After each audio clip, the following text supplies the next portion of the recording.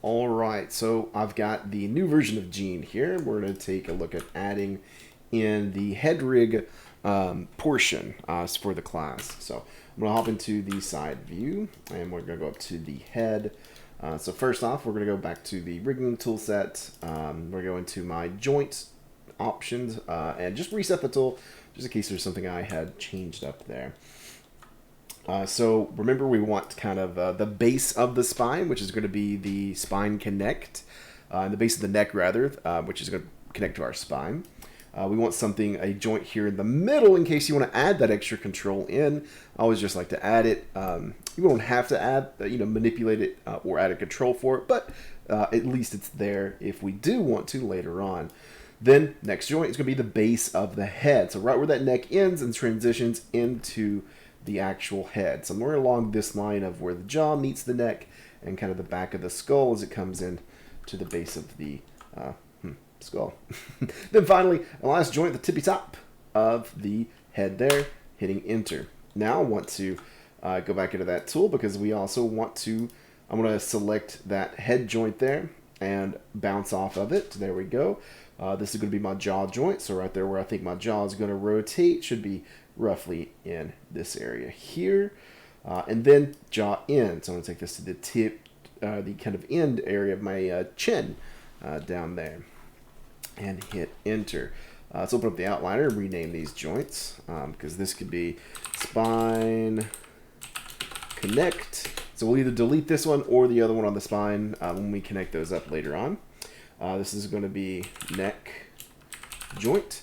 And I could, instead of saying spine connect, I could just say neck joint _1, and then this one could be _2. And then these could be the ones that we keep. Then we've got head joint, head end joint, jaw joint, and jaw end joint. And whatever your naming convention, I don't mind, it's kind of a mess right there, but as long as you know what you're naming stuff and it's clear for a team that you would pass it off to, you're golden, okay? Stay consistent the best that you can.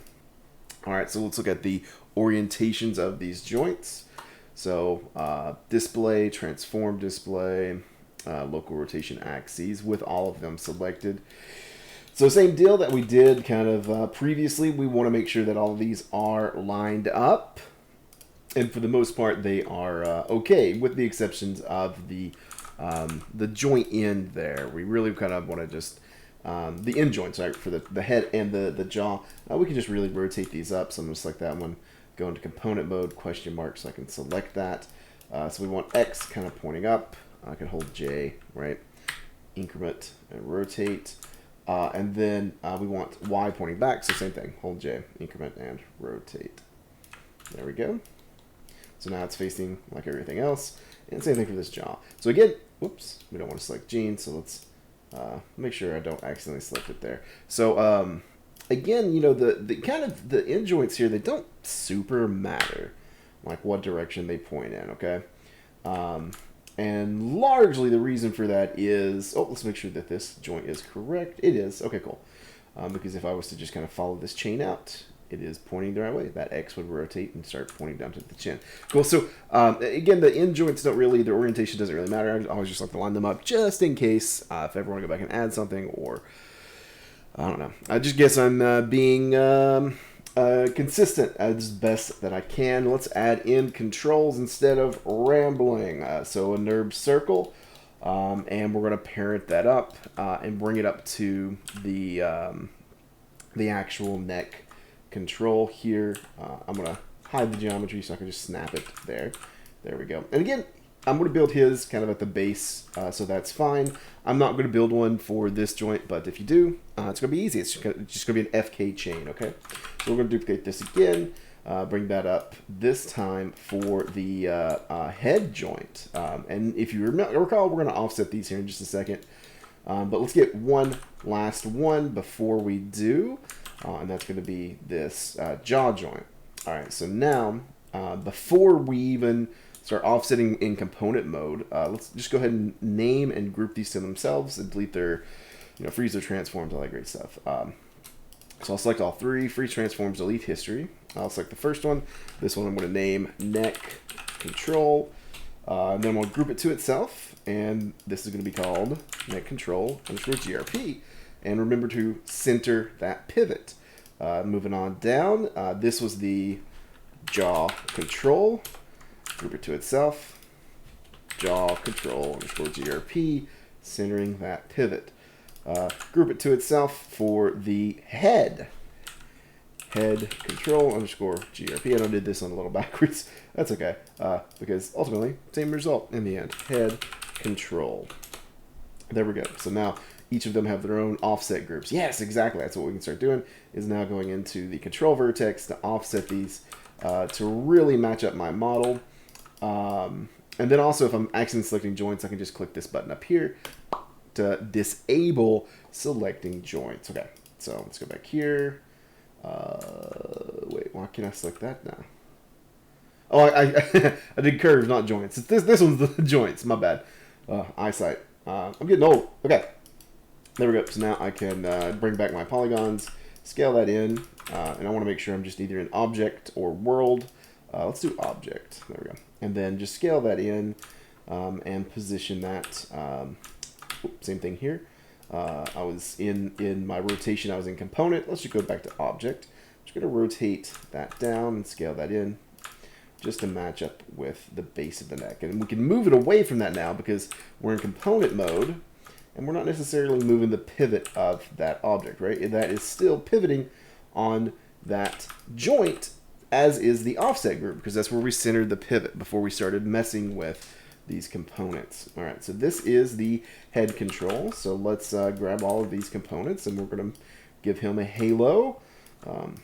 You know, you can shape this however you like. I like to do a little bit of kind of almost a crown where we drag down these areas here. Soft select does work in for curves like this. So there we go. A little bit of a crown. I like that version better. Just select it, pivot point's still down there. Wonderful. And finally the jaw. So grabbing all these and moving them forward. And I like to kind of snap all of these to this joint. Then rotate it kind of like 45 degrees, scale it down. Let's go in the side view. And, you know, just, you know, kind of have it be, look really nice in regards of, you know, curving out these two edges just to follow that silhouette of our character a little bit better. Let's bring this one out. Because again, that pivot point, we aren't adjusting, right? Because it's if we go back to object mode, that pivot point is back where it was. I can even make these smaller too. Let's do that. Maybe wider, because this guy does have, the new Gene does have kind of a little bit more of a wider chin. Yeah, there we go. I think that'll work. Okay, cool. So we've got all of that set up. So now it's just getting all of this, the hierarchies squared away, as well as getting the constraints in. Right. So let's do this one first. I'm going to select the neck control, then that neck joint. Oh, gotta enable it so I can. We're going to purchase constrain. You could either use orient or parent. Let's use parent, and then just turn off translate, which is turned off already. Cool, so that one's squared up. Let's do the same thing now for the head control, down to the head joint, and the jaw control over to the jaw joint. Now, it's not going to work, because I'm going to select this and rotate it. You see how, like, the head actually doesn't follow, and the jaw's just kind of doing its own thing as well. It's because the parenting, the hierarchy for our controls over here are not set up as well. So if we take a look at this, how everything needs to be parented up, hopefully you recall. If not, here we go. Essentially, this head control needs to be parented under the neck, and then the jaw control needs to be parented under the head. So let's first off take the head control offset group and parent it under that neck control. There we go. And then that jaw control group under the head control. And essentially, whenever the neck control moves, it's moving not only the head, but when that head control moves, it's also moving the jaw. So they should move together now, very much like a hierarchy of our joints, right? Cool. So I know that's not the eyes or anything, but we kind of do the eyes differently in this class. So check out Kevin's videos moving forward for those. I may make my own, so if I do make my own, check out my videos, right? But I don't think it'll do that this semester. The first semester I'm creating this video. I know I'm getting into like these odd semantics. I'm very, very sorry. Cool. That is the kind of the base setup for the face, the head, and we'll continue to add to this with eye controls, a little bit more complexities with those, and face controls, like on facial controls, right? So instead of relying on blend shapes to achieve facial features, we'll actually have joints in here controlling vertices and such to push facial features and have a lot more control in that regard. Thank you. Have a good day.